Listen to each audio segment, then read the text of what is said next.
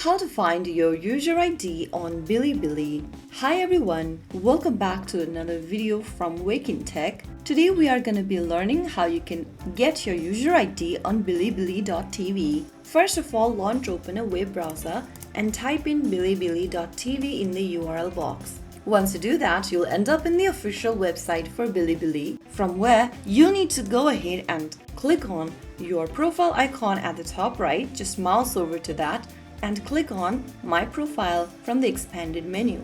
You'll end up in your profile section where you'll be able to see your user ID. It will be shown as numbers. User ID is different from your username. It cannot be changed. You may need your user ID for support or linking services on BiliBili. So that's it. Now you know how to quickly find your BiliBili user ID whenever you need it. It's useful for sharing your profile or troubleshooting account issues. If you found the video helpful, don't forget to like, share and subscribe to our channel. I will be back again in the next video. Thank you for watching.